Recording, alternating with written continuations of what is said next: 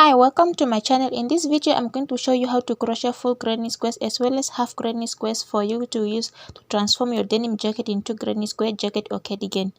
And for the materials, I'm going to use 100% acrylic TK yarn with about 5 different colors, of which each color is having about 100 gram, 4mm crochet hook, and that's it. Or if you're going to need stitch markers or a measuring tape, it's up to you because this project is a freehand. And you can also use any jacket or cardigan you have at hand, and the number of granny squares that you are going to use will be depending on the size of the cardigan that you are going to use. As for my jacket, which is a denim, it's size extra small to small, so that's why I'm going to make a total of 60 granny squares, of which only about 54 full granny squares and the other 6 are going to be half, which means they're only going to have a total of 3 corners instead of 4. Sleeves are made of 3x4 granny squares, of which they are all full granny squares, which is equivalent to 12 granny squares per sleeve. So, which means for both sleeves, you are going to need a total of 24 full granny squares. For the front panel, you are going to need a total of 7 full squares plus half one per front panel. So, which means for full squares, you are going to need a total of 14 full squares plus 2 other half ones. So, which brings us to 16 squares for both front panels. The back panel is going to have 4x4 squares, which is equivalent to 16 granny squares. And they are all full granny squares. For full corners granny squares, you can watch a step-by-step tutorial linked in the description down below, but please try to make a total of 4 rounds for each square. So now I'm only going to show you how to crochet the half granny squares and how I'm going to join them together. To begin, just make a magic ring. Insert the hook inside the magic ring, yarn over, chain 1 and make 3 double crochet back into the same magic ring.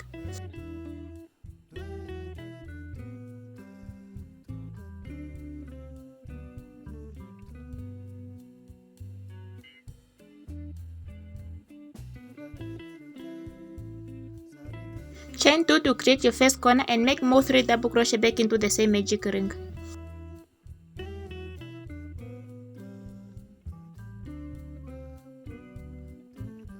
Chain 2 again to create your second corner and make more 3 double crochet back into the same magic ring. Chain 2 again to create your third corner and slip stitch on top of the first double crochet stitch you started with to join your work. Chain 1 to close your work and you can cut out the yarn because to move to round 2 you are going to use a different yarn color.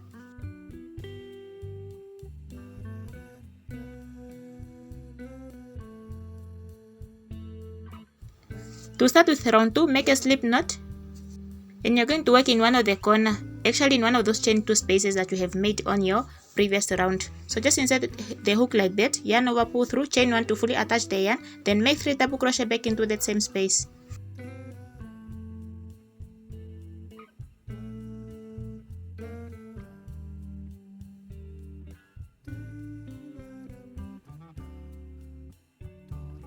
Double crochet into the next space, chain 2, 3 double crochet back into the same space to create your second corner, or actually to fully secure your second corner.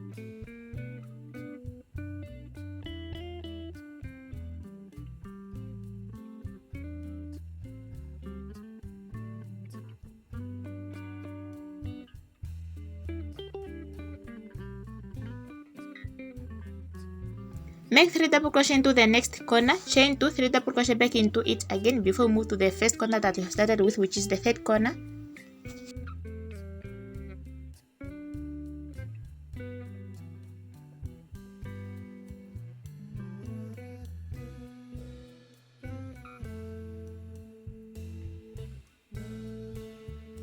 Now make 3 double crochet into the first corner that you have started with, which is the third corner, chain 2, then slip stitch on top of the first double crochet stitch you have started with to join your work, chain 1 and you can cut off the yarn because to move to the third round you're going to use again a different yarn color.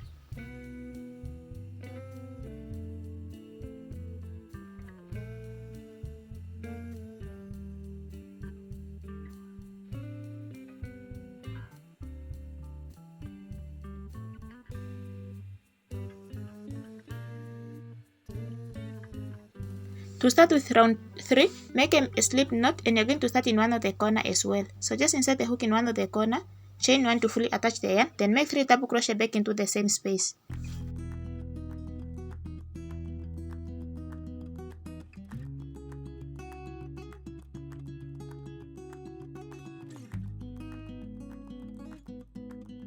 make 3 double crochet into the next space, but because it's not a corner, so which means you're only going to make 3 double crochet into it without chaining 2 or without repeating again, making that other set of 3 double crochet.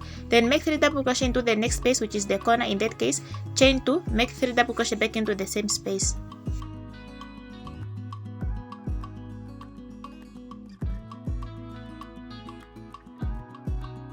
And you have just to repeat that pattern all the way until the end. Only in corners where you have to make 3 double crochet, chain 2, 3 double crochet back into it, but in those spaces between your corners, you're only going to make 3 double crochet into them without chaining 2. So just continue doing that all the way until the end of this round. So remember, at the end you're going to end into that first corner that you started with, so which means you're going to make 3 double crochet into that first corner that you started with, chain 2, then slip stitch on top of the first double crochet stitch that you started with, chain 1, and you can cut out the hand, because to move to the 4th round, which is going to be the last round, in that case you're just going to repeat the same thing you've done for round 3.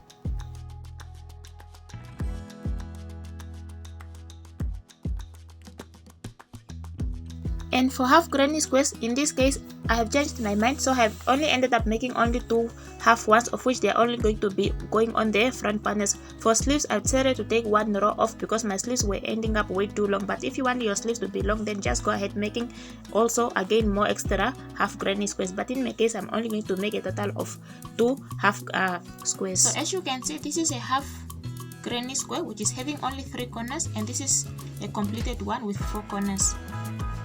And before you start joining, make sure all granny squares are facing the same side before you start joining them all together. And I'm going to use a slip stitch method to join all my granny squares together, and I'm only going to work in front loops, which means for the granny square that's facing me, I'm going to work in the loop that's facing me, and for the opposite granny square, I'm going to work in the loop that's facing the other side. And that's just the same method I'm going to use until I have joined all my granny squares together, as well as joining all my pieces together, which is going to be back panel, 2 front panels, and sleeves.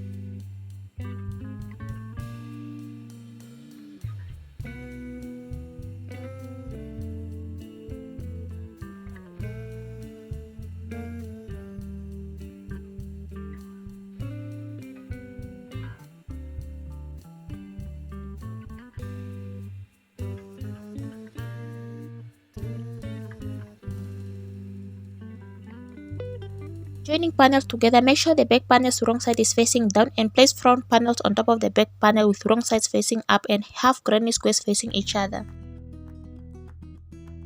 And before we start joining, make sure all granny squares are facing the same side before we start joining them all together. And I'm going to use a slip stitch method to join all my granny squares together, and I'm only going to work in front loops, which means for the granny square that's facing me, I'm going to work in the loop that's facing me, and for the opposite granny square, I'm going to work in the loop that's facing the other side.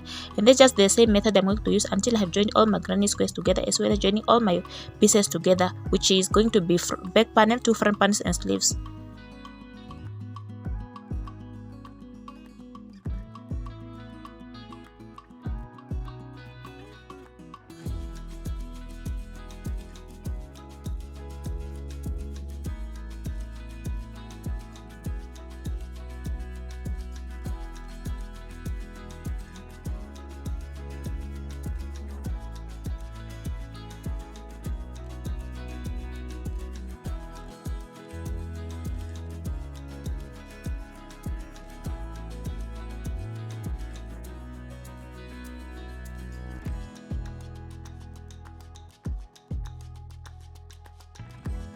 To attach your sleeves to the cardigan, make sure you have folded your sleeves and mark the middle part. Then place the middle part where you have joined your front panel to the back panel, or where your back panel and front panels have met, of which it's at the shoulder part, and you can tie them together, or you can use the stitch marker to avoid unnecessary movements when you're joining your pieces together. Attach the denim jacket to the granny square cardigan after joining all your 5 pieces together. Then turn the wrong side of the cardigan, turn the right side of the cardigan out. Then place the denim jacket inside the granny square cardigan by starting with sleeves. Denim jacket edges out including collars plus cuffs when attaching the granny square cardigan to the denim, and I'm going to attach all my pieces together like that with a sewing needle and a thread, which means I'm going to attach the granny square to the denim cardigan with a sewing needle and thread.